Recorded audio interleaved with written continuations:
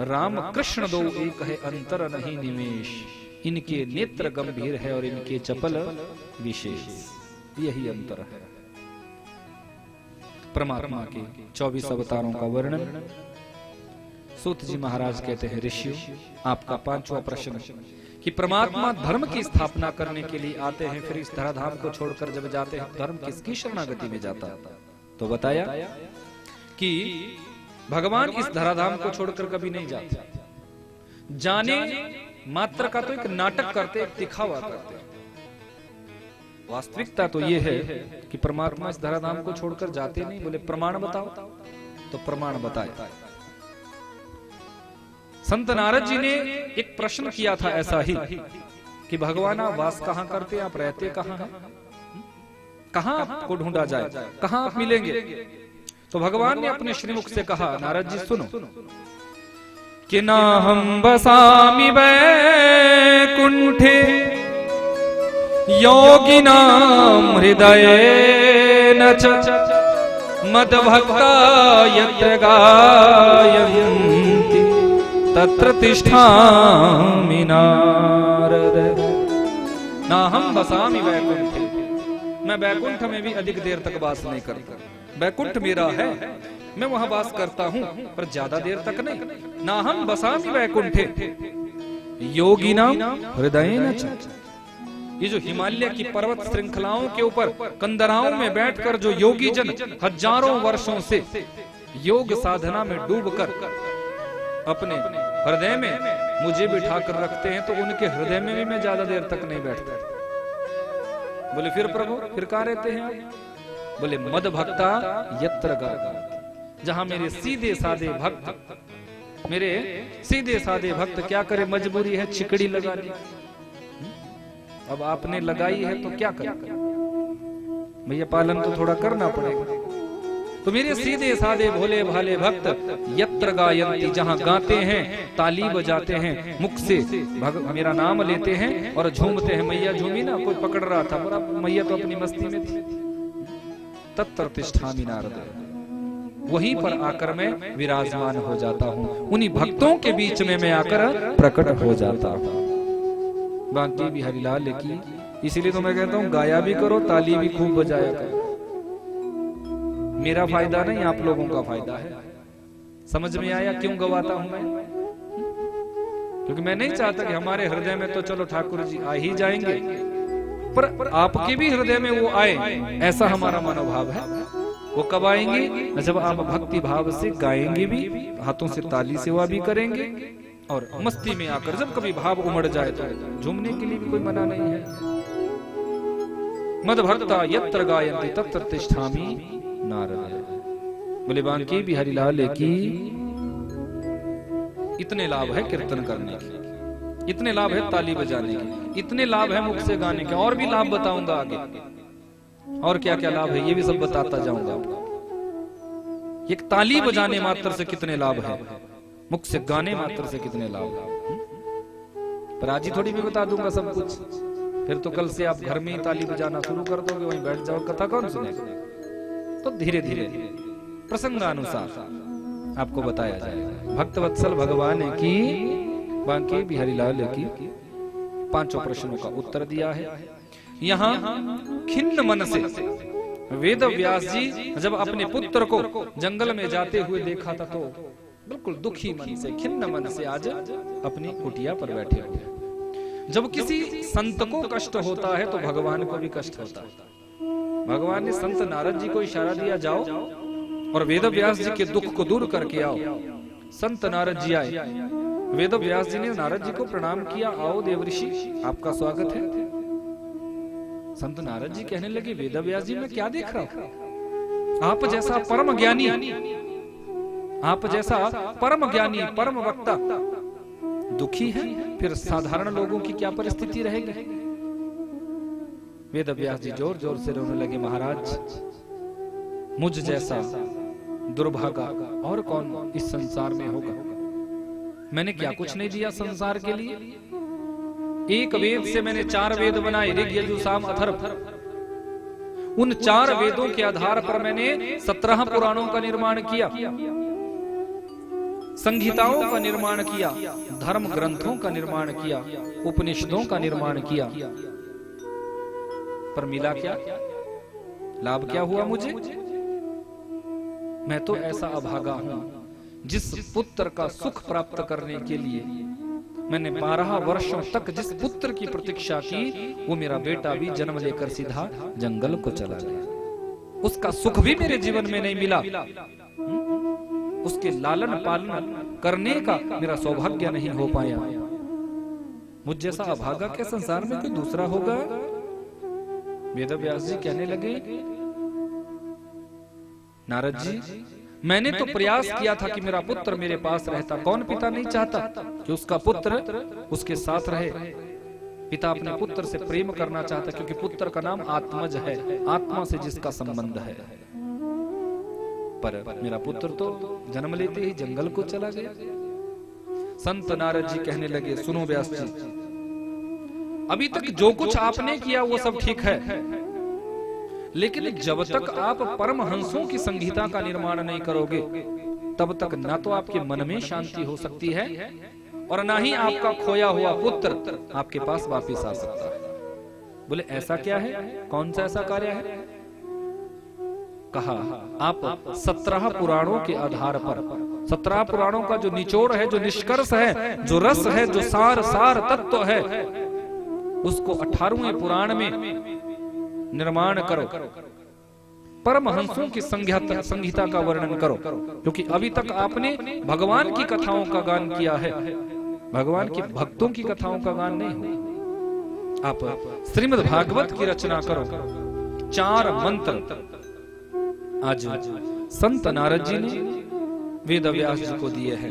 यही 4 मंत्र मेरे पिता ब्रह्मा जी को नारायण भगवान से प्राप्त हुए थे, और यही 4 मंत्र मेरे पूज्य पिताश्री ने मुझे प्रदान किए थे, और इन्हीं 4 मंत्रों को मैं आपको प्रदान कर रहा हूं। इन 4 मंत्रों से तुम 18,000 मंत्रों वाले श्रीमद् भागवत की रचना करो। देखना, जो पुत्र तुम्हें छोड़कर जंगल में गया है ना, वो बेटा भी निर्गुण ब्रह्म की साधना का त्याग करके तुम्हारे पास आ जाएगा। अब वेदव्यास जी को एक आशा की किरण जगी है। वेदव्यास जी विचार करते हैं कि इसका मतलब तो ये हुआ कि भागवत के मंत्रों में इतनी ताकत है। वेदव्यास जी कहने लगे, आप बिल्कुल ठीक कह रहे हैं, आपने तो मेरे जीवन में आशा की किरण जगा दी। पर महाराज, आप देख सकते हैं वृद्धावस्था आ चुकी है। अब इतनी वृद्धावस्था मेरे जीवन में आ चुकी है कि मैं भागवत लिख नहीं सकता। कैसे लिख सकता हूं? कैसे कुछ कर सकता हूं?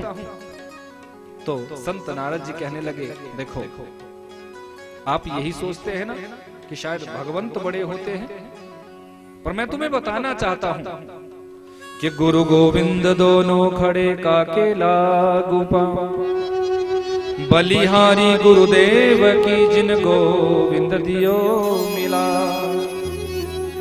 यदि भगवान से भी बड़ी कोई शक्ति है तो वो गुरु है, क्योंकि गुरु के अंदर वो ताकत है जो तुम्हें भगवान तक को मिलाने की सामर्थ्य देता है।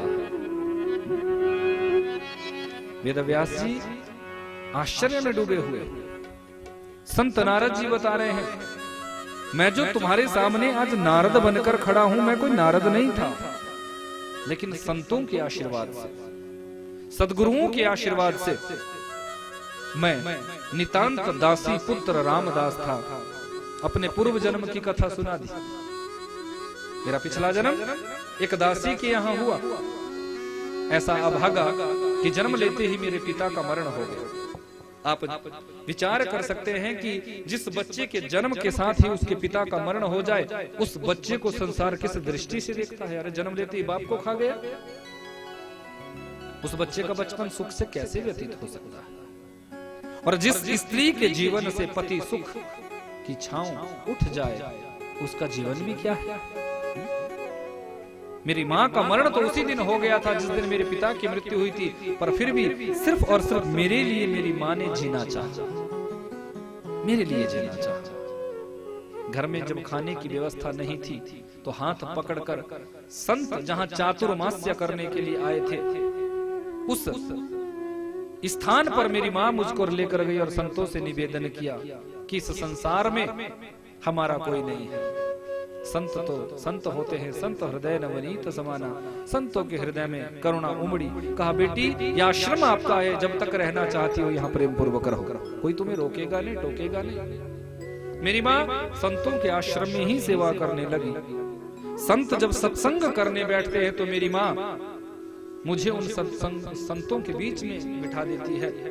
मैं भी धीरे धीरे सत्संग श्रवण करने लगा। सत्संग का असर मेरे जीवन पर प्रभाव डालने लगा, जीवन में उतरने लगा। जब ये संत भोजन प्रसाद लेते हैं तो मेरी माँ उन सभी संतों की पत्तलों में से कुछ थोड़ी थोड़ी शीत प्रसादी संतों की जूठन इकट्ठा करके मुझे देती है। मैं बड़े चाव से बड़े प्रेम से संतों के दिए हुए उस प्रसाद को पाता हूँ।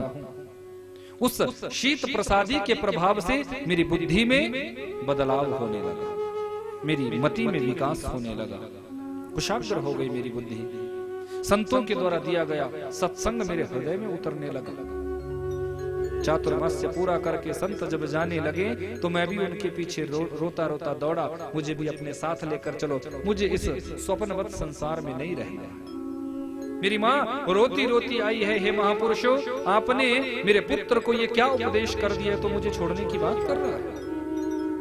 ये तो बहकी बहकी बात कर रहा है। इस संसार में मेरा है ही कौन? यही मेरा पुत्र है जो मुझे आज छोड़कर जाना चाहता है। मुझ बुढ़िया का कौन सहारा है? मेरे वृद्धावस्था में, मेरे बुढ़ापे में कौन मुझे सहारा देगा? ये पुत्र भी छोड़ने की बात कर रहा है। संतों के नेत्र सजल हो गए। कहा बेटा रामदास तू अपनी माँ को छोड़ने की बात कर रहा है। मैंने कहा कि देखो आप ही ने तो अपने सत्संग में कहा कि ये संसार स्वप्नवत है। यदि ये संसार सच में ही सपना है तो ऐसे स्वप्नवत संसार में मुझे क्यों रहना है? मैं भी आपके साथ जाना चाहता हूं। पर संतों ने कहा बेटा शायद तूने हमारे सत्संग को जीवन में नहीं उतारा। अरे पगले हमारे शास्त्र क्या कहते हैं? मातृ देवो भव पितृ देवो भव। शास्त्रों ने माँ को पहला स्थान दिया है, पिता को दूसरा स्थान दिया है। तू अपनी माँ को छोड़ने की बात कर रहा है? जब तक तेरी माँ का जीवन है तब तक अपनी माँ की सेवा कर, और मरणोपरांत हम तुम्हें आशीर्वाद देकर जा रहे हैं, आश्रय देकर जा रहे हैं। ओम नमो भगवते वासुदेवाय मंत्र कानों में दिया है।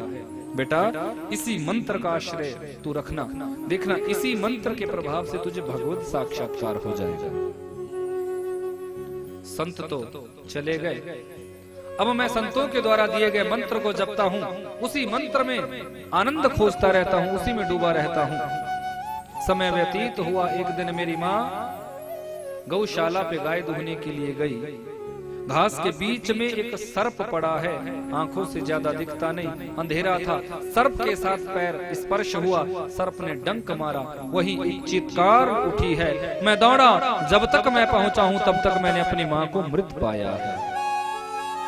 जब मैंने अपनी माँ को मरे हुए देखा तो मैं जोर जोर से रोने लगा। एक आंख से गर्म आंसू टपके हैं और दूसरी आंख से ठंडे आंसू टपके। जब हम दुख में रोते हैं तो आंसू गर्म निकलते हैं, और जब हम खुशी में रोते हैं, प्रसन्नता में रोते हैं तो आंसू ठंडे निकलते। आंसू भी दो प्रकार के हैं, गर्म और ठंडे। गर्म आंसू इसलिए निकले कि मुझे दुख इस बात का हो रहा है कि संसार में मेरा था कौन? ये माँ ही तो थी। ये माँ भी आज छोड़कर चली गई।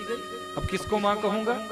कौन मेरे पास रहेगी? कौन मुझे भोजन के लिए पूछेगी? कौन मेरी चिंता करेगी? माँ तो इतनी चिंता करती थी, माँ तो बार बार पूछती थी बेटा भोजन किया कि नहीं किया।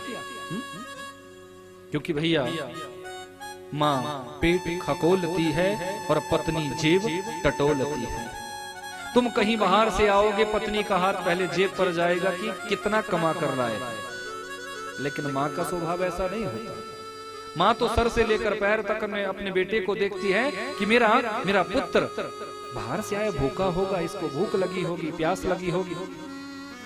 अपने बेटे को छाती से लगा कर देखेगी, अरे बेटा तू कमजोर हो गया, खाया कर। क्योंकि माँ तो माँ होती है, माँ तो माँ होती है। आज रामदास को इस भाव की चिंता हो रही है। कि वो माँ भी छोड़कर चली गई, किसके आश्रय रहूंगा। और खुशी इस बात की हो रही है, प्रसन्नता इस बात की हो रही है कि जब भजन करने बैठता था तो माँ आवाज देती थी, भजन में विघ्न उत्पन्न होता था, रुकावट आती थी मेरे भजन में। पर अब तो कोई बचा ही नहीं जो मेरे भजन में विघ्न पैदा करेगा। अब तो मैं बस भजन ही करता रहूंगा, दिन रात भजन करूंगा। और दैहिक कर्म को किया है,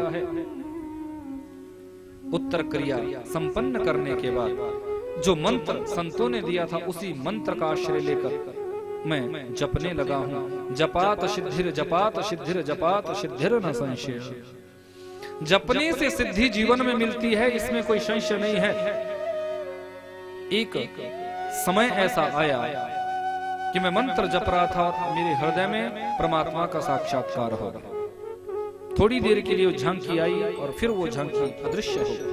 आकाशवाणी हुई कि बेटा अभी पूर्व जन्म के कुछ कर्म तुम्हारे शेष है, पूर्ण रूप से इस जन्म में तुम्हें मेरी प्राप्ति नहीं हो सकती, पर जाओ अगला जन्म मेरे आशीर्वाद से नारद के रूप में तुम्हारा होगा।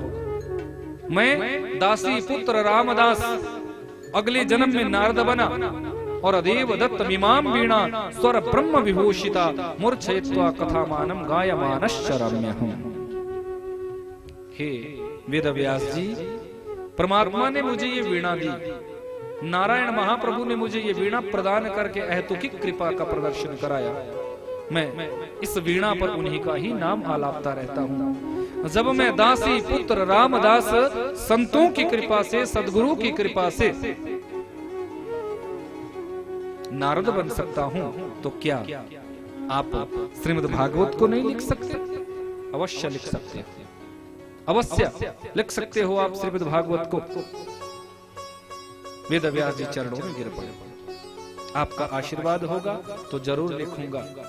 संत नारद जी आशीर्वाद देकर गए हैं। वेद व्यास जी ने 4 मंत्रों से 18,000 मंत्रों वाले श्रीमद् भागवत का निर्माण किया। वर्णन तो गर्ग संहिता में ऐसा भी आता है कि लिखने में जब असमर्थ हुए तो गणेश जी का आवाहन किया। मैं कहता जाऊंगा, आप लिखते चले जाना। वेद व्यास जी मंत्र बोलते जा रहे हैं, गणेश जी उनको लिखते जा रहे हैं और 18,000 मंत्रों वाला श्रीमद् भागवत प्रकट हो जाता है। बोले भागवत भगवान की। अब लिख तो दिया, पर जब तक प्रचार प्रसार इसका नहीं होगा तब तक तो आनंद की अनुभूति नहीं होगी। अब कौन करेगा इसका प्रचार प्रसार? फिर अंतस्थ हृदय से आवाज निकली कि अहो मेरा और पुत्र, यदि मेरा जंगल में गया हुआ पुत्र सुखदेव मेरे पास आ जाए और मुझसे भागवत की दीक्षा ग्रहण कर ले तो अवश्य ही भागवत धर्म का प्रचार प्रसार हो सकता। पर सामर्थ्य किसके अंदर है जो मेरे बेटे को मेरे पास बुला लाए? फिर नारद जी का वचन याद आया कि नारद जी ने जाते जाते कहा था कि भागवत के मंत्रों में वो ताकत है जो तुम्हारे पुत्र को भी तुम्हारे पास वापिस बुला दे। अब भागवत का एक मंत्र लिया, अपने शिष्यों को रटाया, कहा जाओ बेटा इस मंत्र को जाकर मेरे पुत्र के सामने गाना। इस मंत्र में मेरे ठाकुर जी की सुंदरता का वर्णन है। वो सुंदर कितने हैं, वो तो अपने आकर्षण मात्र से ही सबके मन को छीन लेते हैं। कि बरहा पीडम नटवर वपुः कर्णयोः कर्णिकार विप्रदवासः कनक कपिशं वैजयन्तीं च माला रंध्रानवेणोरधरि सुधया पूरयन् गोपवृन्दैः वृन्दारण्यं स्वपदरमणम् प्राविशद गीत कीर्तिः। मेरे गोविंद की सुंदरता का वर्णन। बरहा पीडम नटवर वपुः कर्णयोः कर्णिकार। कर्णयोः कर्णिकार, दर्शन करो। बरहा कहते हैं मोर पंख को, आपीड़म जिन्होंने मोर पंख को अपने मुकुट में धारण कर रखा है, आप दर्शन कर सकते हैं। और वैजयंतीम च माला, वैजयंती माला अपने कंठ में धारण करते हैं, वो भी दर्शन कर सकते हैं आप। कर्णयोः कर्णिकारम, सप्तमी विभक्ति। कद्दुई वचन कर्णयो, कान दो है पर कर्णिकारम, पुष्प एक है, फिर भी कर्णिकार का पुष्प मानो दोनों कानों में शोभायमान हो रहा हो। विब्रदवासः कनक कपिशं वैजयन्तीं च माला। अद्भुत छटा है मेरे ठाकुर जी की।